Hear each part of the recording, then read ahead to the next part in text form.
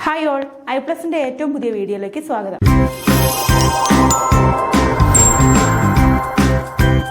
അപ്പോൾ ഇന്നത്തെ ക്ലാസ്സിൽ നമ്മൾ ജനറൽ കോൺട്രാക്റ്റ് ആക്ട് കഴിഞ്ഞല്ലേ, നമ്മൾ ആ പോർഷൻസ് നന്നായിട്ട് ഒരു നട്ട്ഷെൽ വീഡിയോ ഒക്കെ എടുത്തിട്ട് നമ്മളത് കംപ്ലീറ്റ് ചെയ്തതാണ്.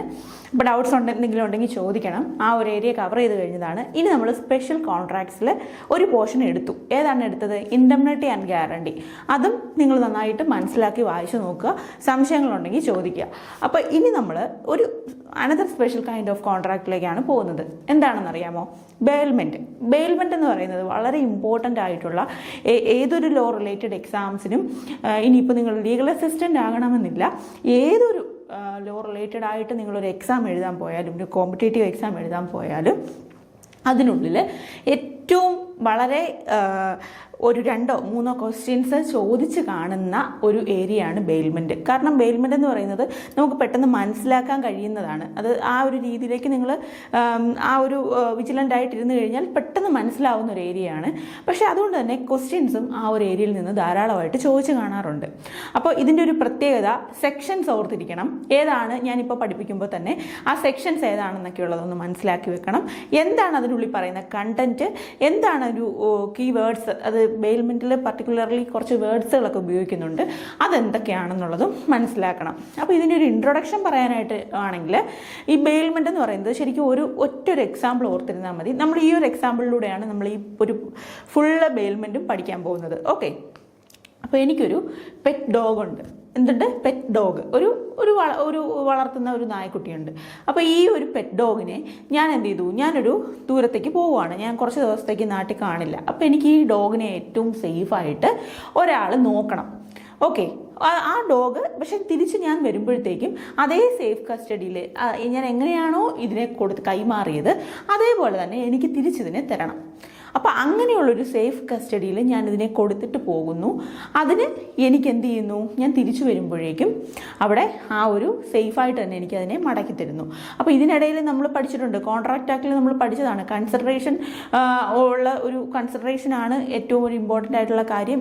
അതിൻ്റെ എക്സെപ്ഷണൽ സർക്കംസ്റ്റാൻസസിൽ കൺസിഡറേഷൻ ഉപയോഗിക്കുന്നില്ല. സെക്ഷൻ 25 ഒക്കെ നമ്മൾ പഠിച്ചതാണ്.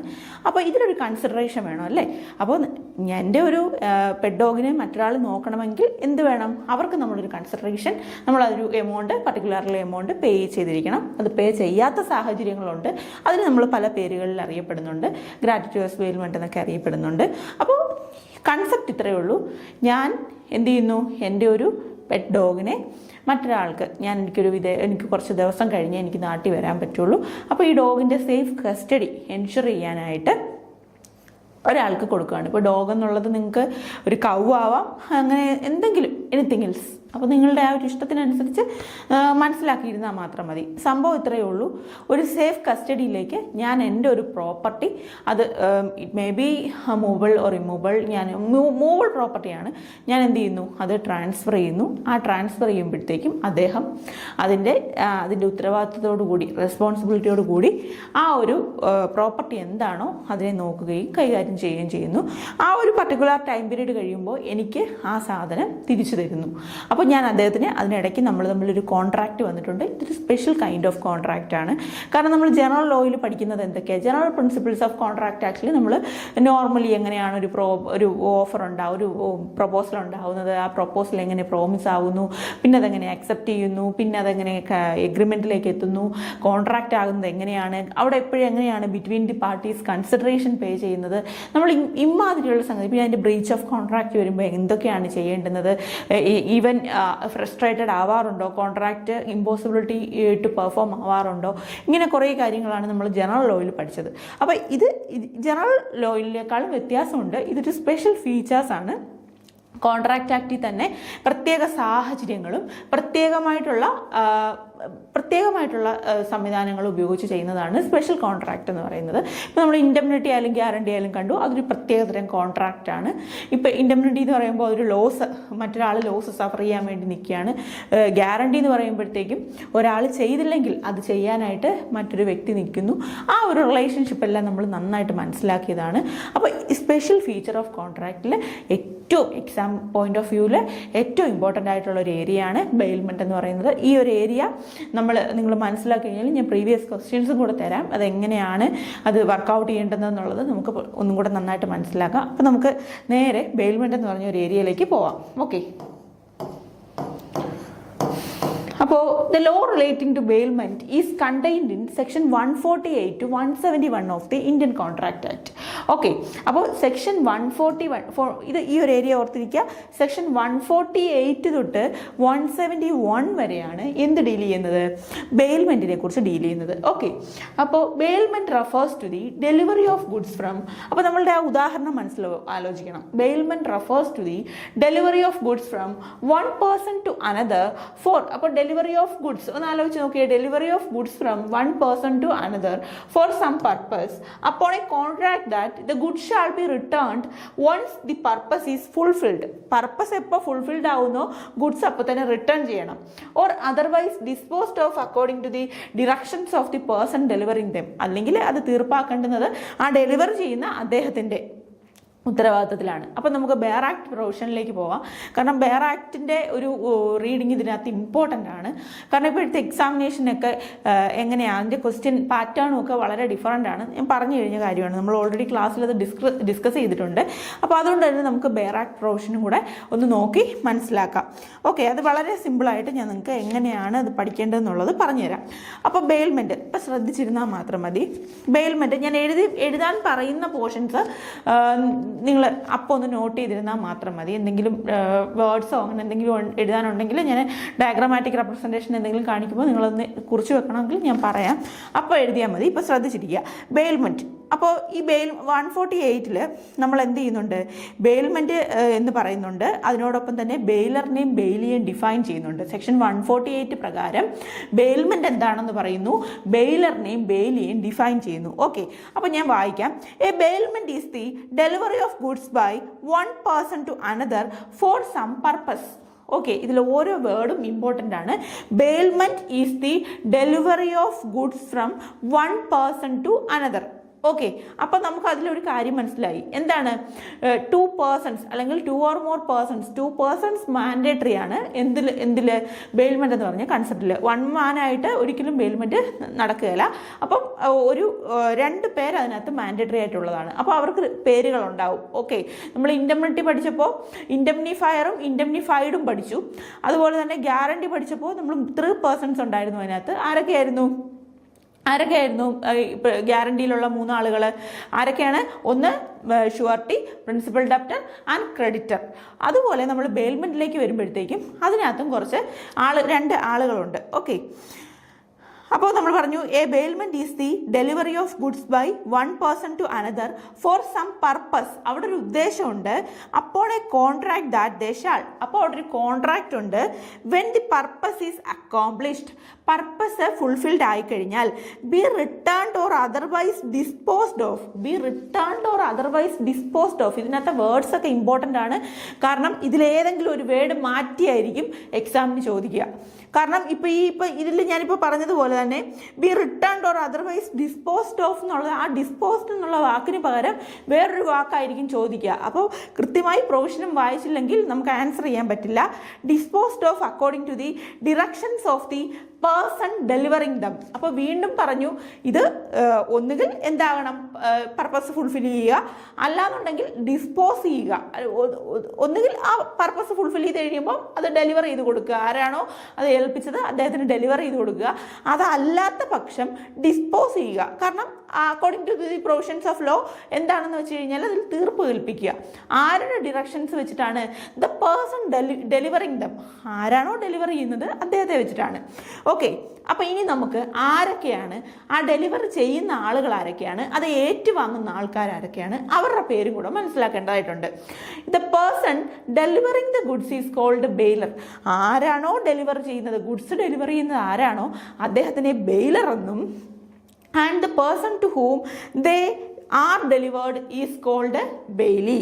അപ്പോൾ ആരാണോ ഡെലിവർ ചെയ്യുന്നത് അദ്ദേഹത്തെ ബെയിലർ എന്നും, to whom they are delivered, ആർക്കാണോ ഡെലിവർ ചെയ്യുന്നത് അദ്ദേഹത്തെ ബെയിലി എന്നും അറിയപ്പെടുന്നു. ക്ലിയർ ആണല്ലോ? അപ്പോൾ ബെയിലറും ബെയിലിയും രണ്ട് പേരാണ് ഇത് കോൺട്രാക്ട് ഓഫ് ബെയിൽമെൻറ്റിൽ ഉള്ളത്.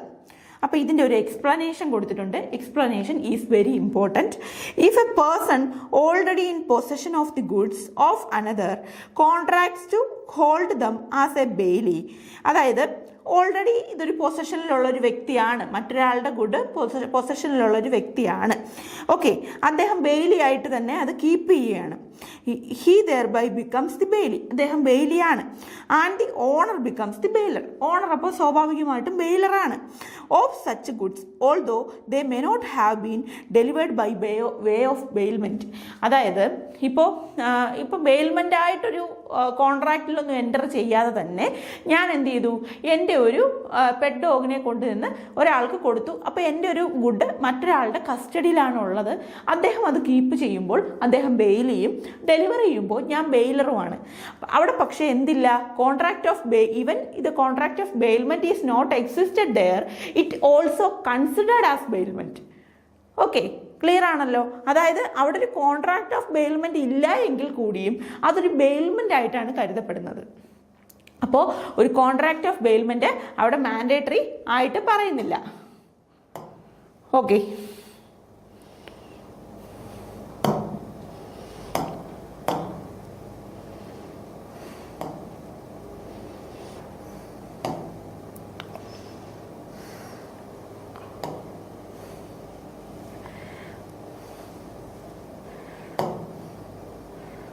അപ്പോൾ നമുക്കതൊന്ന് വരച്ച് കാണിക്കാനാണ്.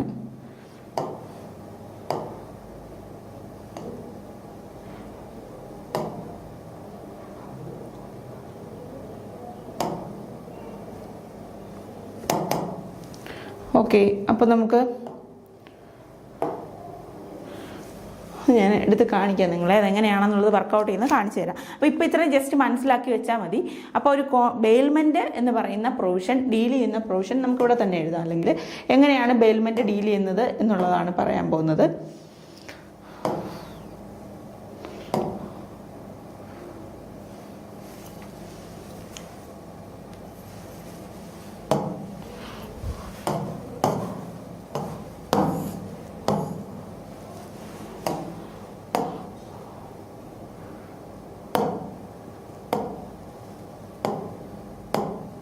Okay, section 148. Okay, section 148. ഈ സെക്ഷൻ 148 എന്താ പറയുന്നത്? എന്തൊക്കെ കാര്യങ്ങളെ കുറിച്ച് പറയുന്നുണ്ട്? ബെയിൽമെന്റിനെ കുറിച്ച് പറയുന്നുണ്ട്, അതുപോലെ തന്നെ ബെയിലർ ബെയിലിയെ കുറിച്ച് പറയുന്നുണ്ട്. ഓക്കെ, അപ്പോൾ സെക്ഷൻ 148 ഈ മൂന്ന് കാര്യങ്ങളാണ് സെക്ഷൻ 148 ഞാനിങ്ങനെ എടുത്തെടുത്ത് പറയാൻ കാരണം ഈ ഒരു വളരെയധികം പ്രാധാന്യം ഈ ഒരു സെക്ഷൻ, ഈ ഒരു ചാപ്റ്ററിനുണ്ട്, ഈ ഒരു ഏരിയയ്ക്കുണ്ട്. സ്പെഷ്യൽ കോൺട്രാക്റ്റിൽ തന്നെ ബെയിൽമെൻറ്റിന് വളരെയധികം പ്രാധാന്യമുണ്ട്. ക്വസ്റ്റ്യൻ ഉറപ്പായിട്ടും ഉണ്ടാവും. അപ്പോൾ ഈ ഒരു സെക്ഷനിലുള്ള ഒന്നും നമുക്ക് തെറ്റിപ്പോവാനോ അല്ലെങ്കിൽ ആൻസർ മിസ്സായി പോകാനോ പാടില്ല. നന്നായിട്ട് പഠിക്കണം. അപ്പോൾ സെക്ഷൻ 148 ആണ്. സെക്ഷൻ 148 മൂന്ന് കാര്യങ്ങളാണ് പറയുന്നത്.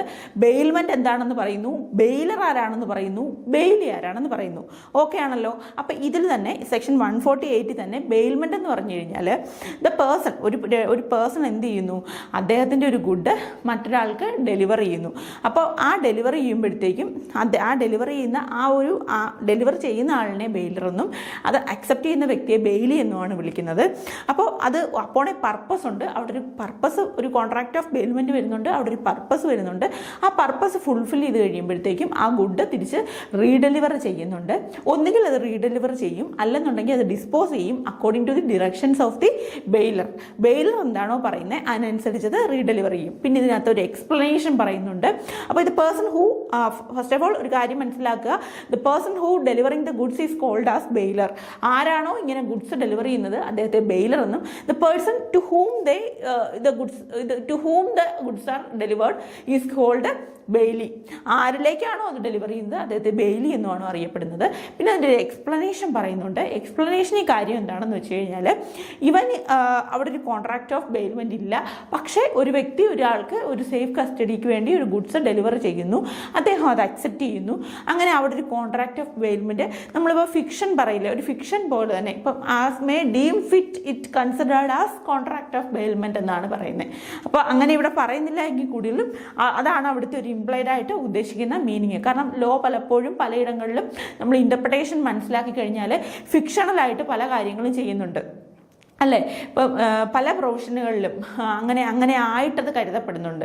ഇപ്പം നമ്മൾ വേറെ ആക്ട് എടുത്ത് വായിക്കുമ്പോൾ അറിയാം, ആസ് മേ ഡീം ഫിറ്റ് എന്ന് കണ്ടു കഴിഞ്ഞാൽ അതിൻ്റെ അർത്ഥം എന്താണ്?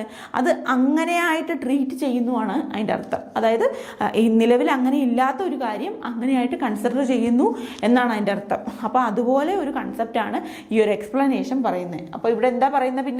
പിന്നെ പറയുന്നത് എക്സ്പ്ലനേഷനാണ് അല്ലേ, എക്സ്പ്ലനേഷനാണ്.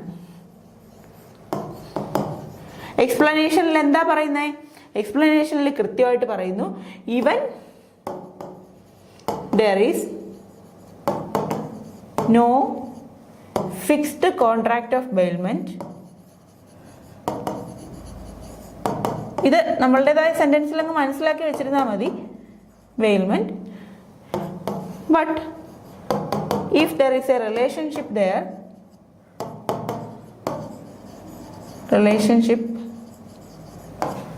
it considered as contract of bailment. Okay ആണല്ലോ. ഇത്രയും കാര്യങ്ങളാണ് നമുക്ക് സെക്ഷൻ 148 ഇതിന് മേളിലൊന്നും പഠിക്കാനില്ല. അപ്പോൾ സെക്ഷൻ 148 ഞാൻ ഒന്നുകൂടെ വായിക്കാം. A bailment is the delivery of goods by one person to another for some. അപ്പോൾ ഇതിൽ delivery of goods for some purpose upon a contract that they shall, when the purpose is accomplished, be returned or otherwise disposed of according to the directions of the person delivering them. The person delivering the goods is called the bailer. The person to whom they are delivered is called bailee. Explanation: if a person already in possession of the goods of another contracts to hold them as a bailee, he thereby becomes the bailee and the owner becomes the bailer of such goods, although they may not have been delivered by way of bailment. Okay, അപ്പോൾ ഇതിൻ്റെ ഒരു keywords നമുക്കൊന്ന് എഴുതി നോക്കാം.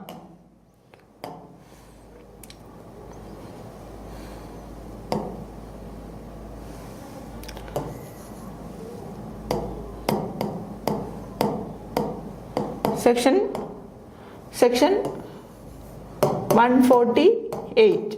Okay, എന്തൊക്കെയാണ് അവിടുത്തെ keywords എന്ന് പറയുന്നത്? ഒന്ന്, delivery of goods. Okay, delivery of goods. പിന്നെന്താണ്? One person to another.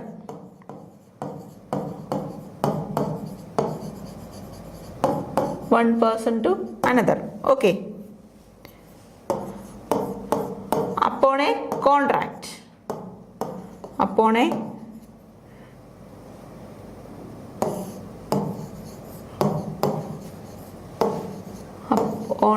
Contract. എൻ്റെ അർത്ഥം എന്താ? അവിടെ ഒരു കോൺട്രാക്ട് ഉണ്ടെന്നാണ് അർത്ഥം, കോൺട്രാക്റ്റിലൂടെയാണെന്നാണ് അർത്ഥം. upon a contract,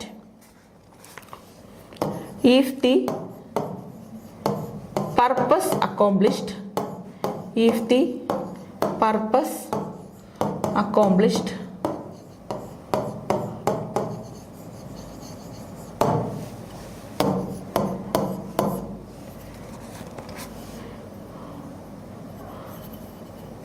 if the purpose accomplished,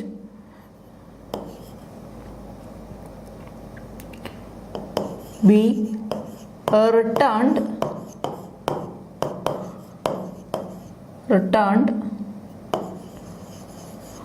or disposed. Returned or disposed. എന്നിട്ട് ഇത് മനസ്സിലാക്കുക. റിട്ടേൺ ചെയ്യുന്നു അല്ലെങ്കിൽ ഡിസ്പോസ് ചെയ്യുന്നു. എങ്ങനെയാണ് റിട്ടേൺ ചെയ്യുന്നത് ഡിസ്പോസ് ചെയ്യുന്നതും? ഡിറക്ഷൻസ്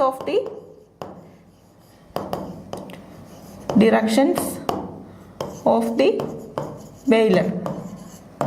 ബെയിലറിന്റെ ഡിറക്ഷൻ പ്രകാരമാണ് അത് റിട്ടേൺ ചെയ്യുന്നതോ അല്ലെങ്കിൽ ഡെലിവറി. കാരണം ചില സാഹചര്യങ്ങളിലൊക്കെ ഈ ബെയിലർ എന്ത് ചെയ്യുന്നു അറിയോ, ബെയിലർ പറയും നിങ്ങൾ തന്നെ സൂക്ഷിച്ചോ, നിങ്ങൾ തന്നെ അത് എടുത്തോളൂ എന്ന് പറയും. അതായത് നിങ്ങൾ തന്നെ ആ ഗുഡ് എന്താണോ ഡെലിവറി ചെയ്തത് എനിക്കിനി അത് ആവശ്യമില്ല, നിങ്ങളത് ഉപയോഗിച്ചോ അല്ലെങ്കിൽ നിങ്ങൾ ആർക്കെങ്കിലും കൊടുത്തോളൂ എന്ന് പറയുമ്പോൾ അതെന്താണ്, അതാണ് ഈ ഡിസ്പോസ്ഡ് ഓഫ് എന്ന് പറയുന്നത്. അതായത് ചില സർക്കംസ്റ്റാൻസസിൽ നമ്മൾ പഠിക്കും അങ്ങനെയുള്ള സർക്കംസ്റ്റാൻസസ് ഉണ്ടോ എന്നുള്ളത് നമുക്ക് ചെക്ക് ചെയ്യാം. ചില സർക്കംസ്റ്റാൻസസിൽ അങ്ങനെ ഒരു അതായത് ഗുഡ്സ് റിട്ടേൺ ചെയ്യാത്ത സാഹചര്യങ്ങളുണ്ട്. അതാണ് disposed of according to the directions of the principal of the bailor എന്ന് പറയുന്നത്. അതുകൊണ്ടാണ്. ഓക്കെ, അപ്പോൾ ഇനി ഇതിനകത്ത് 2 ടെക്നിക്കൽ ടേംസ് നമ്മൾ പഠിക്കുന്നു. എന്തൊക്കെയാണ്? ബെയിലറും ബെയിലിയും. Bailor and bailee. പിന്നെ നമുക്ക് ഇതിനകത്ത് പഠിക്കാനുള്ള എന്താ?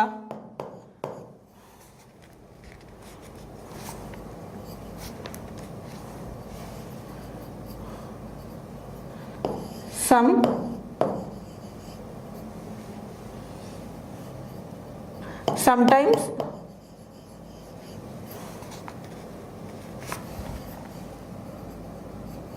Treated as bailment. അതാണ് നമ്മൾ ഈ എക്സ്പ്ലനേഷൻ പറയുന്നത്.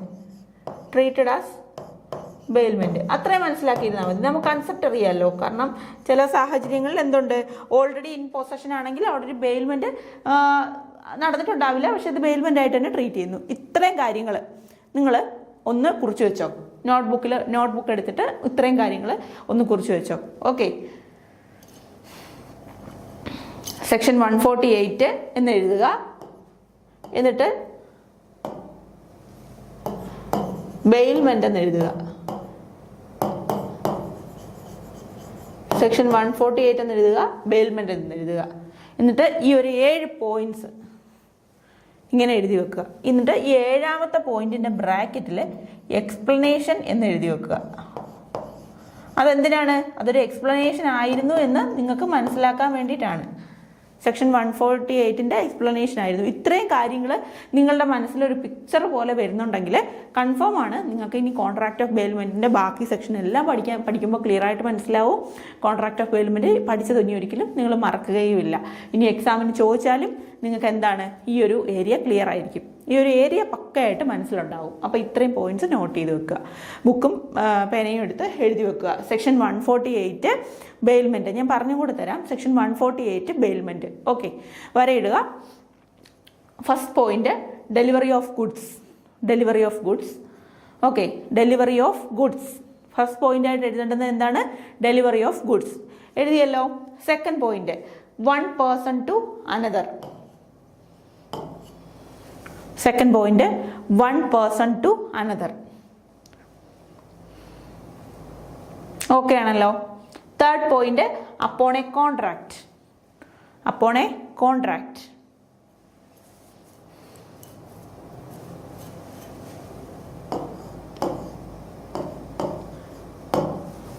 Okay, third point upon a contract. Fourth point, if the purpose is accomplished.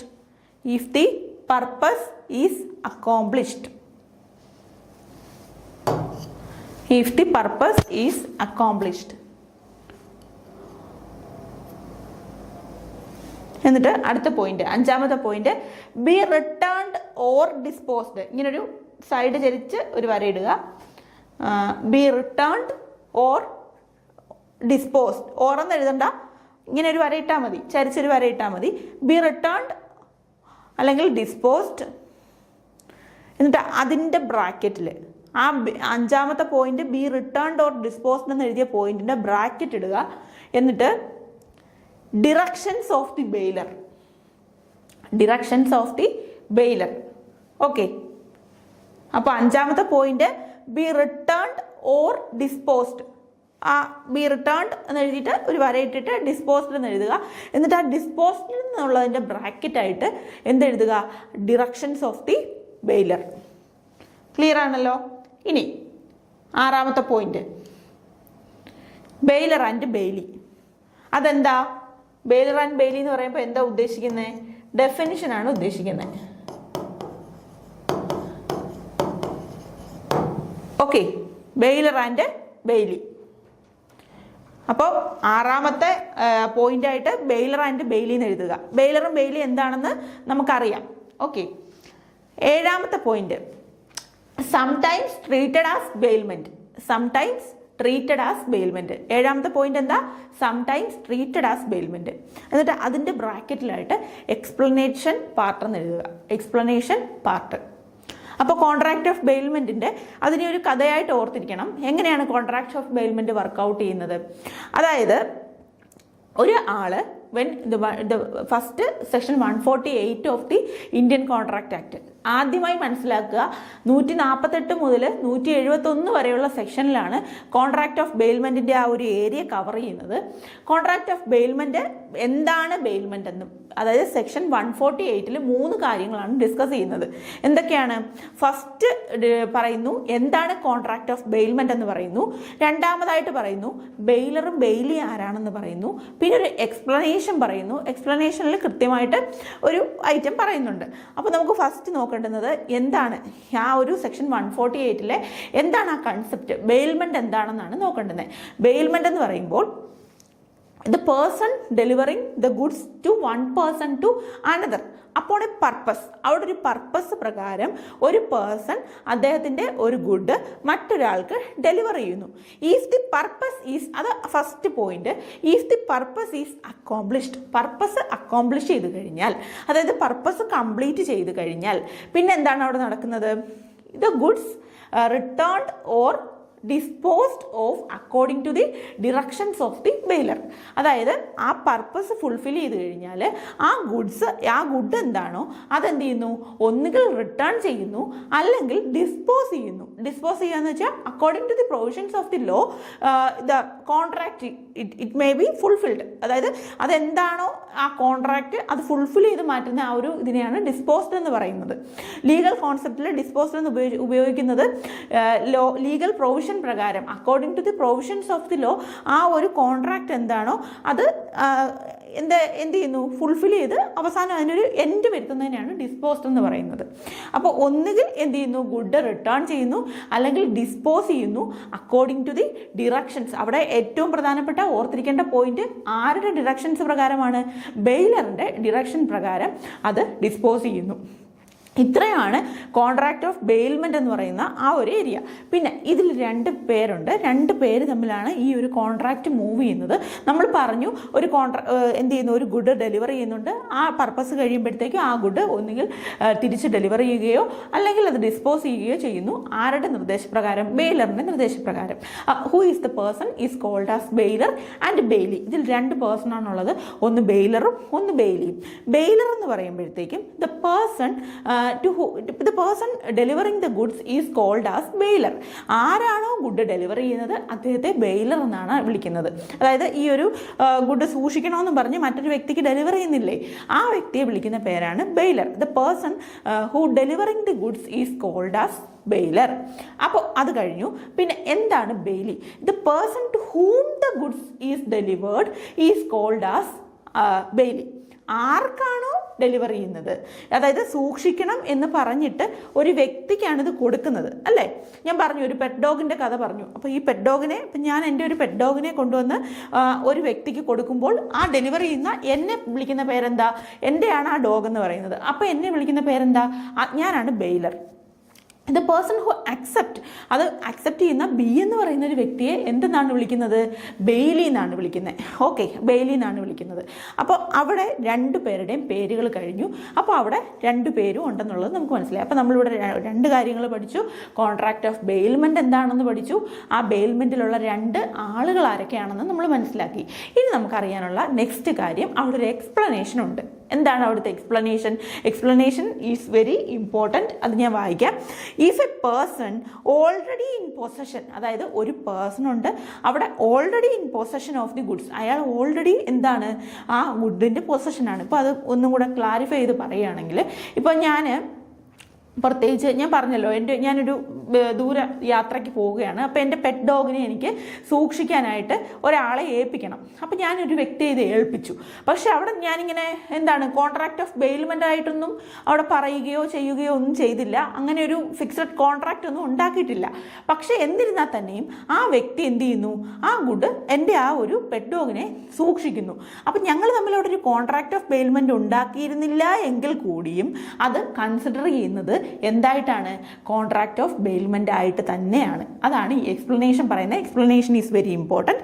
If a person already in possession of the goods of another contract to hold them as a bailee, he thereby becomes the bailey and the owner becomes the bailer of such goods although they may not have been delivery by way of bailment. Okay, അപ്പോൾ ഇത്രയാണ് section 148 പറയാനുള്ളത്. നന്നായിട്ട് വായിച്ചു നോക്കുക. അപ്പോൾ ബാക്കി പുതിയൊരു video ആയിട്ട് നമുക്ക് നെക്സ്റ്റ് ക്ലാസ്സിൽ കാണാം.